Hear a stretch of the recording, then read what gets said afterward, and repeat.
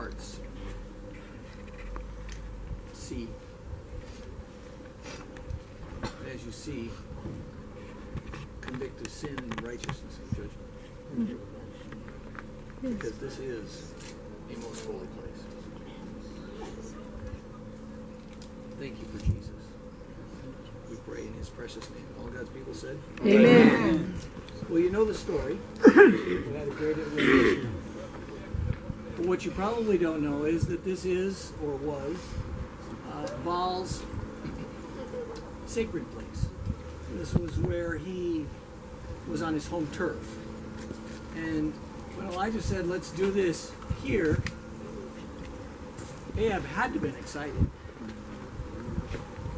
But what you may not know is that Baal was the god of fertility, the god of blessing, the god of prosperity. He made the rain fall so the crops would go. And in Israel, rain, water, is a sign of blessing, and drought is always a sign of cursing from God. And so God had been cursing and shoving Baal into a box apparently for these past 3 years, and Ahab must have thought that finally we're going to get back on track here. And of course he had his consort, his sexual consort, the goddess Asherah, and she was basically in that same category of fertility. So here was our God basically for 3 years holding fertility and prosperity and rain back. And Baal was best known for making fire happen out of the sky. You call it lightning. And when he was a little upset, he'd toss one at you. And so we get to this line that Elijah uses, and I love it because it's one of the signature lines in my life. When I'm talking with people, and I'm talking to you today, here's my statement to you. The God who answers by fire, he is God. Amen. Amen. And right now, I want to ask you a very simple question. Do you have a religion, or do you have a God who answers your prayers? Don't give me the holy answer. You remember the trench, you remember the sacrifice, you remember all of the 450 prophets of Baal. There's probably thousands of people here, at least hundreds and hundreds of people here. And they were all listening and then they were worshiping, and they got to go first, home field advantage, and you get to hit your choice on the flip of the coin, and they got to go first. Make their God come down and do stuff. When he didn't come, Elijah says, is he on the toilet? That's the literal Hebrew. Is he on the toilet? Maybe you should talk a little louder. He can't hear you with the door closed. That was the insult. Finally, when it came time, and it went all day long, Elijah's still at this point where the God who answers by fire, he said, okay, you've had more than enough time. And he goes and grabs 12 stones. Even though there was two nations right now, there was a civil war, there was a split. Any of you got any splits you need to take care of? There was a split. God saw them as one. You might not be connected right now to somebody you should be connected to. God doesn't care. He just sees you as one anyway. Oh, wow. And so God, through Elijah, puts down the 12. And then he says, I don't want anybody to think I got trickery up my sleeve.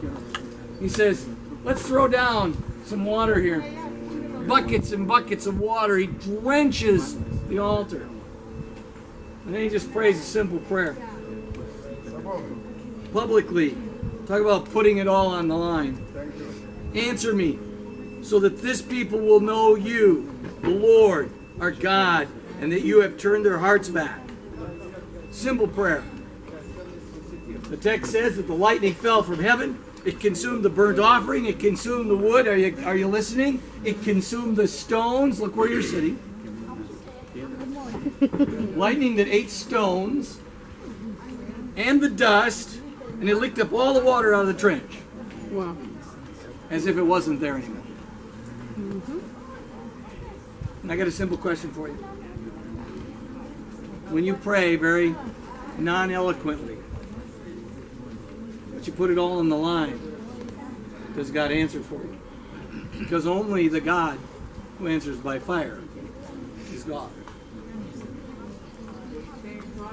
You see, today, in this place, we discover something. That unless you're surrendered, you don't get answers to prayer. Unless you're connected, Jesus said. If you're connected, you bear much fruit. And then he said, by this you prove that you're my disciples. And he just defines the fruit as answered prayer. You and I are the children of God. We're not religious. We have a relationship.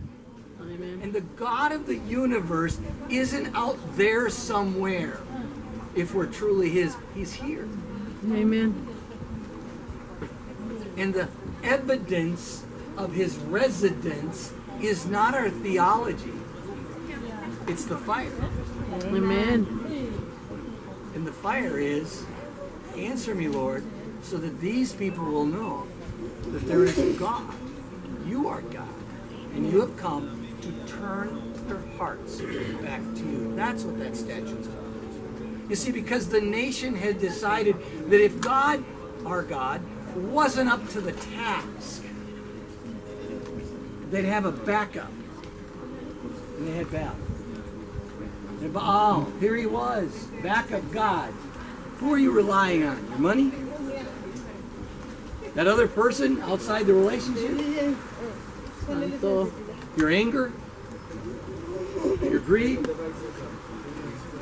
What are you relying on outside of God? Today I'm going to ask you to bow your head. I'm going to ask you to surrender. Either be all in or do us all a favor and be all out.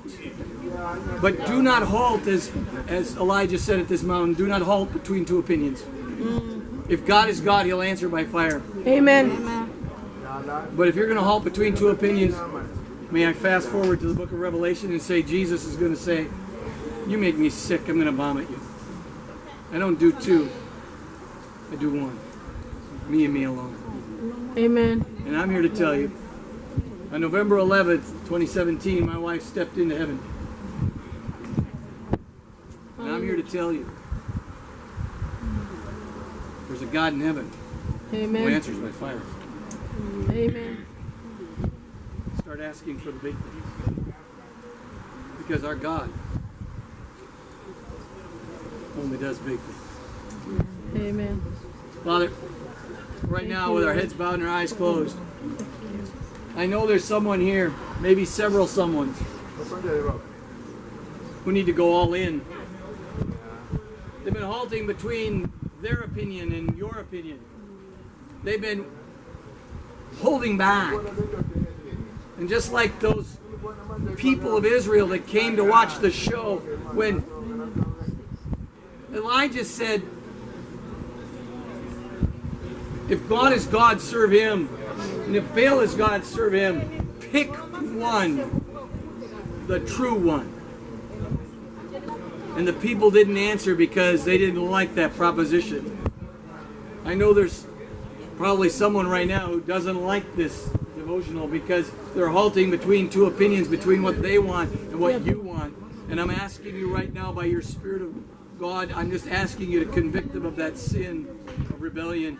And Father, bring them to you. Father God, right now I'm asking them to surrender.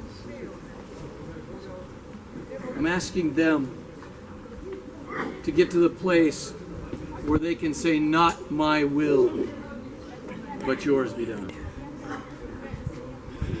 With your heads bowed, your eyes closed. If you're all in, whether you were all in or you are all in for the first time in a while, just slip your hand up, slip it back down. If you are all in and have been all in, slip your hand up, slip it down. If you were and you are now, slip it up, slip it down. Everybody at 1, 2, 3. Are you in? Raise your hand. All in. All in. Father, bless those who are all in. And Father God, those who are on the fence between two, answer me. You're the God who answers by fire, and you have so many times before. This is a powerful place. This place where you destroyed Baal on his home turf, in front of his home audience, with his own people in first place. because you are so powerful. And all you want is for us to turn our hearts back to you. Thank you, Father, for loving us so much. That you sent Jesus to turn our hearts back to you. Thank you for this place. Thank you for this privilege. We pray all this in Jesus' name. Amen.